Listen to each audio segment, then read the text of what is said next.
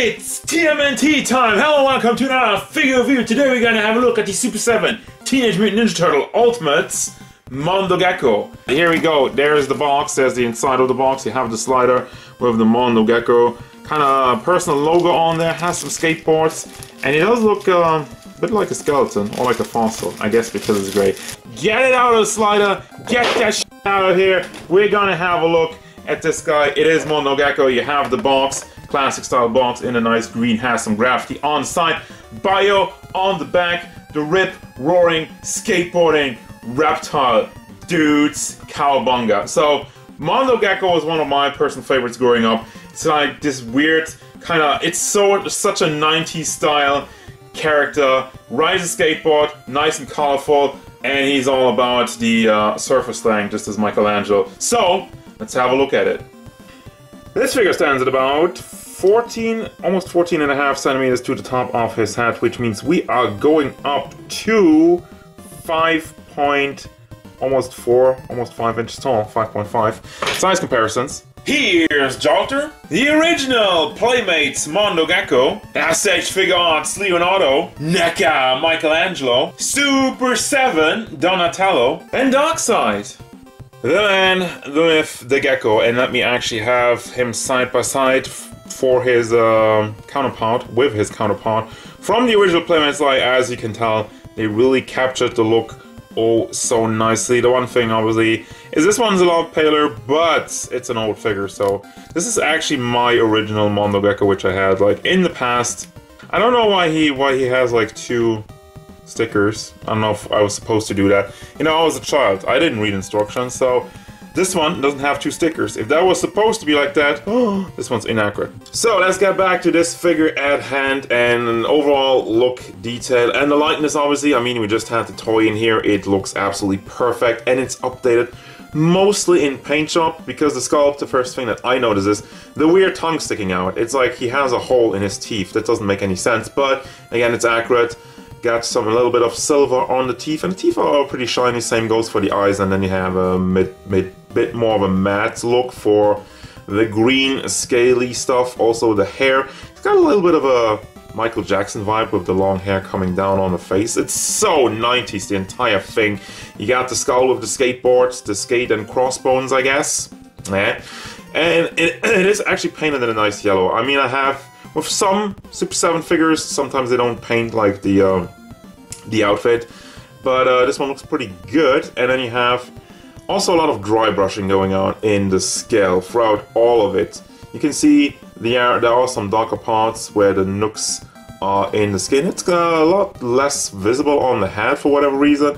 Then also in the neck you have a lot more going on. So as such, the head kind of stands out as being a bit more plasticky, but that's not the worst thing. Also you have the gloves and the painted fingernails on both sides, a little bit of blue, and the purple pants with the tail sticking out in the back. It's a little bit ripped up, has some molded detail also, you know, the small stuff if you're going in close. And you have the skull on one side, this needle on the other side, which is soft plastic. It also is a little bit bent, so that's kind of annoying. Got the knee pads, and also the one little skate on the back of the tail, and down to his black and red shoes with some silver on it. And yeah, I mean, overall this guy looks great. I love it.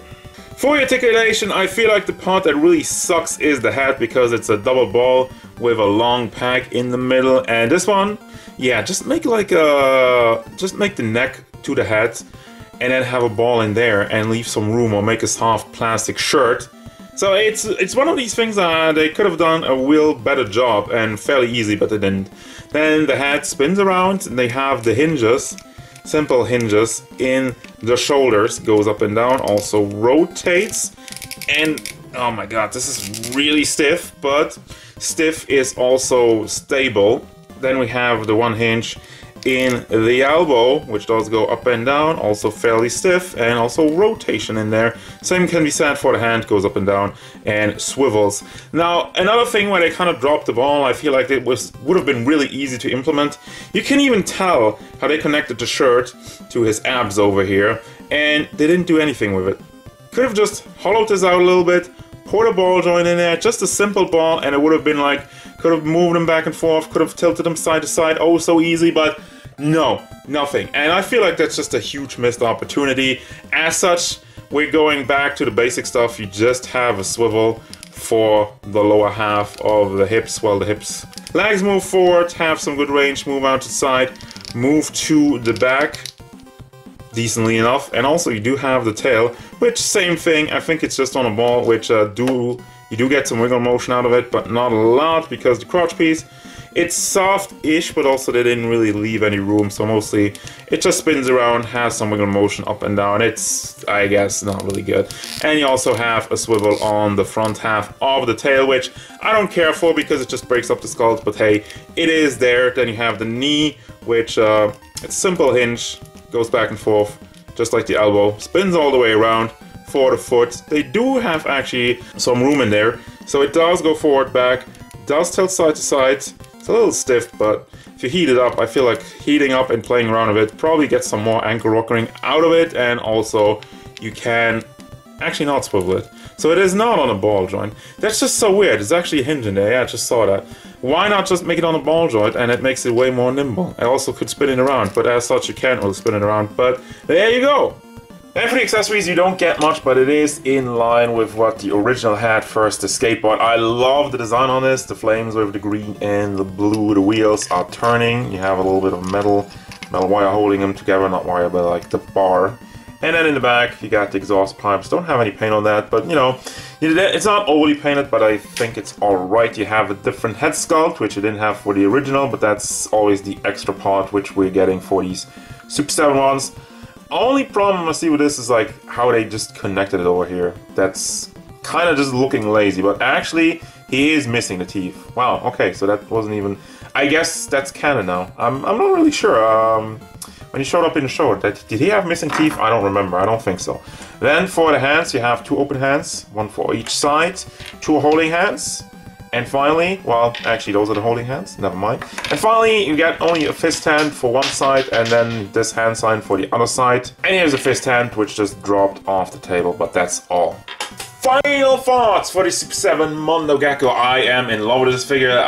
The one thing that always gets me with these Super 7 figures, they look oh so accurate to the toy, and it really depends on like what the execution is like. And with this one, it's really good. I mean, like especially the paint on the skin tone makes it really come alive, and the different head sculpt, I love it. And just, you know, a little thing like missing the teeth on the different head sculpt, where it's just like, well, his tongue is sticking out on the figure like that, so we're gonna make a different head sculpt where he has them missing teeth. The only thing I really can kind of, not really complain, but what continues to be a little bit of bother is the articulation in some pieces. Some parts, it should really be better. But on the other hand, it's kind of like the formula of Super 7. They want to keep it, I guess, more classic, which also would make it a little bit more accurate to the toy, because they weren't super articulated either.